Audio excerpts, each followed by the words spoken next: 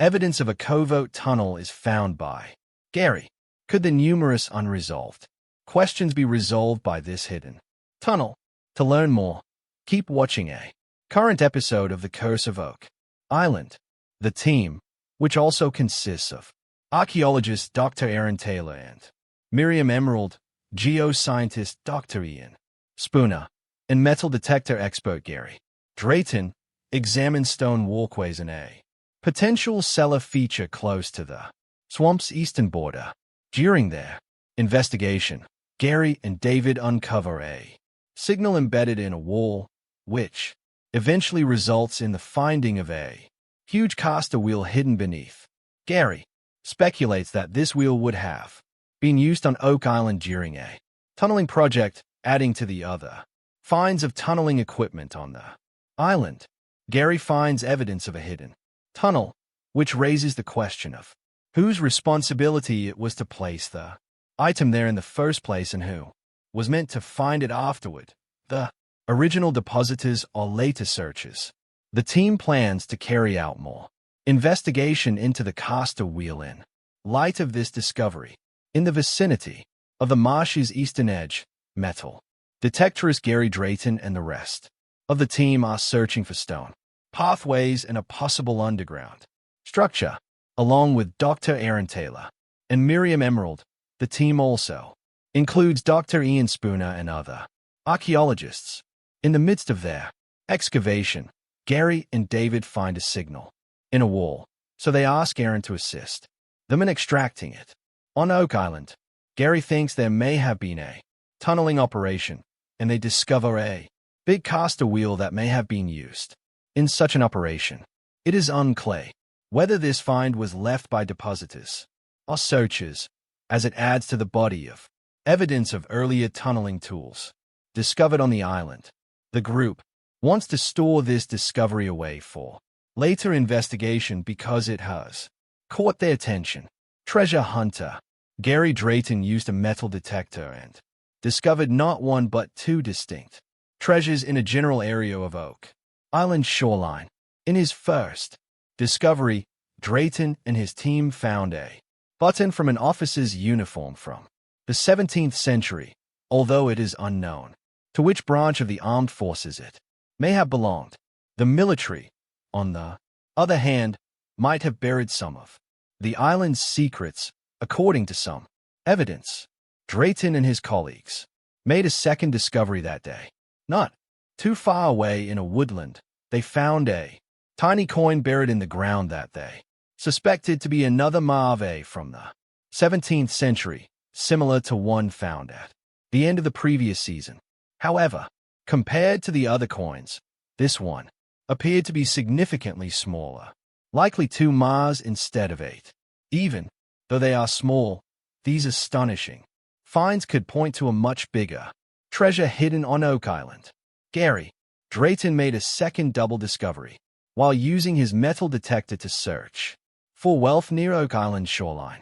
This time, Drayton and his team, along with Rick Laganina, the team leader from Oak Island, uncovered 2 King Charles II Britannia coins from the 17th century buried beneath the rocks and pyrite scattered along the shore.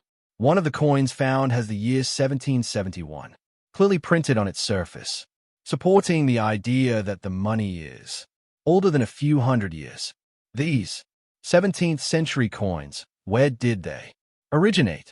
Could they have been dropped accidentally by someone searching for buried treasure in a hurry? Or, and this is where optimism arises, could they have been left there by a wealthy group on Oak Island looking to conceal its own loot? The Oak Island crew will without a doubt have to do more investigation. Generally speaking, the history of treasure hunting on Oak Island can be traced back to the time the Money Pit was first dug. The pit, commonly known as the Money Pit, is supposed to contain hidden wealth. According to folklore, in 1795, some young people believed to be 13 or 14 years old discovered a depression in the ground. They dug, believing it to be a man-made pit, and as they dug, they discovered layers of wood and other objects. They tried to continue their exploration, but were thwarted by a deluge of unknown origin that flooded the pit. Following the rapid dissemination of news about these discoveries, a flurry of international treasure hunters descended upon Oak Island in search of the hidden wealth. The first planned excavation of the money pit took place in 1803 under the leadership of a group of investors known as the Enloe Company. They were given their own money pit, but the excavations had to be terminated because their attempts to descend to the pit's floor were unsuccessful. The following century saw various groups trying to solve the island's riddles, but due to the enormous difficulties they encountered, none were successful. The most significant of these difficulties was the flooding of the hole, making further excavation unsafe and challenging. Additionally, the pit was wired with a number of devices that, when activated, would cause it to fill with water, preventing anyone from discovering the treasure. Despite these barriers, the excavations persisted, and the Oak Island Treasure Company was founded in 1861. The flooding prevented this specific squad's attempts from progressing past a depth of 90 feet as a result of the Oak Island Treasure Company's bankruptcy in 1909. The excavations were abruptly ended. Since then, numerous teams have tried to locate the riches hidden on Oak Island, but the enigma of the money pit remains a mystery. The discovery of the money pit and the initial excavations had a significant impact on the evolution of the island's history and the ongoing search for treasure. Even with the challenges and roadblocks encountered, this remains true, despite the various obstacles and disappointments that have emerged in the centuries-long search for riches on Oak Island. The mystery surrounding the location continues to fascinate people. The quest to unravel the mystery has recently been taken on by new entities. In 2010, the Oak Island Tourism Society was founded to preserve the island's history and encourage tourism.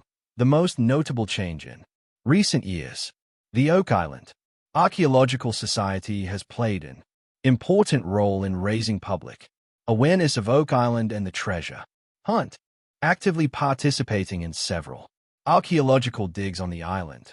Get on the mailing list right away to learn about fresh information and surprising findings about Oak Island. The Laguna brothers will probably receive the lion's share of the treasure. First of all, their ongoing search of Oak Island is authorized by the Treasure Trove license, which allows licensed treasure hunters to legally keep 90% of any wealth they uncover. According to government regulations, Marty suggests that if a sizable treasure were found on Oak Island, multiple claimants would likely surface, arguing that they had a right to its contents. These claimants may rely on elements such as their residence, ancestry, or other factors to support their claims. Undoubtedly, many people will try to get their hands on at least some of the fabled riches, but it is impossible to say who, if anyone, will be successful. The Laguna brothers and the government would both have legitimate claims to at least some share of the treasure, making them the obvious choices as at least two of the recipients. However, it is impossible to predict if such a situation would ever arise. The team of researchers in the Curse of Oak Island is shocked by a stunning revelation. For additional information, watch the video after this. 1. In Episode 4 of Season 11 of The Curse of Oak Island, the group drills further in an attempt to locate the treasure. The Oak Island team continued their quest near the money pit, investigating a misplaced tunnel. Their latest discoveries raised questions about whether they would finally identify the lost treasure or require further attempts. Utilizing contemporary technologies, the crew resumed their work with additional sources for consultation. As they progressed, Alex declared the drilling operation at D5, noting that the tunnel might contain significant metallic substances. Examination of its contents suggested a Western orientation toward the baby. Blob.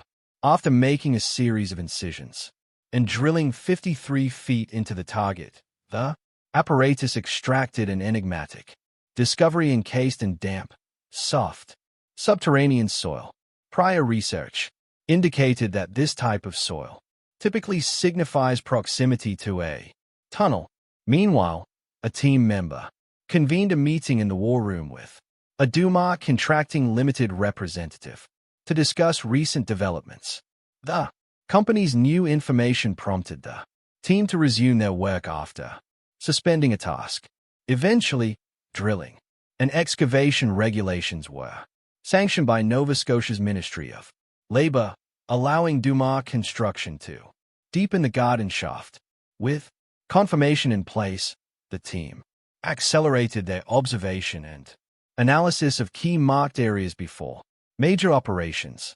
Metal detector specialists Gary Drayton and Peter Fornetti investigated the shoreline of Lot 5, searching for iron, historical artifacts, and other treasures.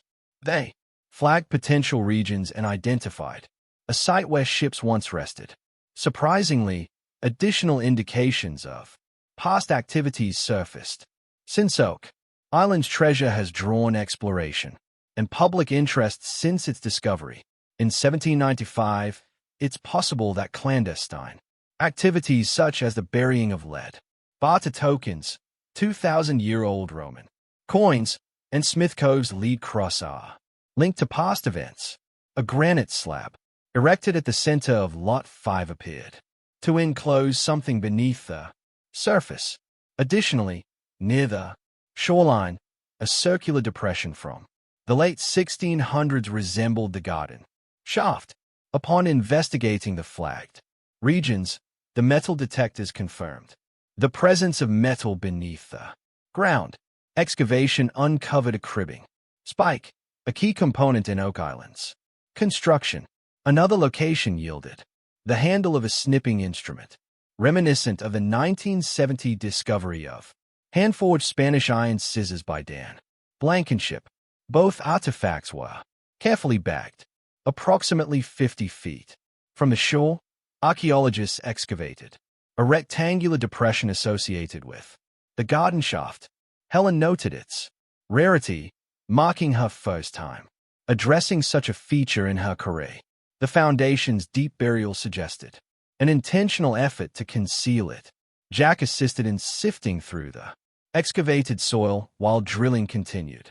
100 feet into the Money Pit region, a pivotal revelation emerged in D5N27, where evidence suggested the presence of an additional structure extending eastward. The newly discovered tunnels would appear more robust and closer to the surface than initially anticipated. At 101 to 95 feet into the drilling process, the machine extracted a large mass of moist soil containing scattered materials and wood, confirming a second tunnel east of the garden shaft. The team would have made further discoveries, but their time had run out.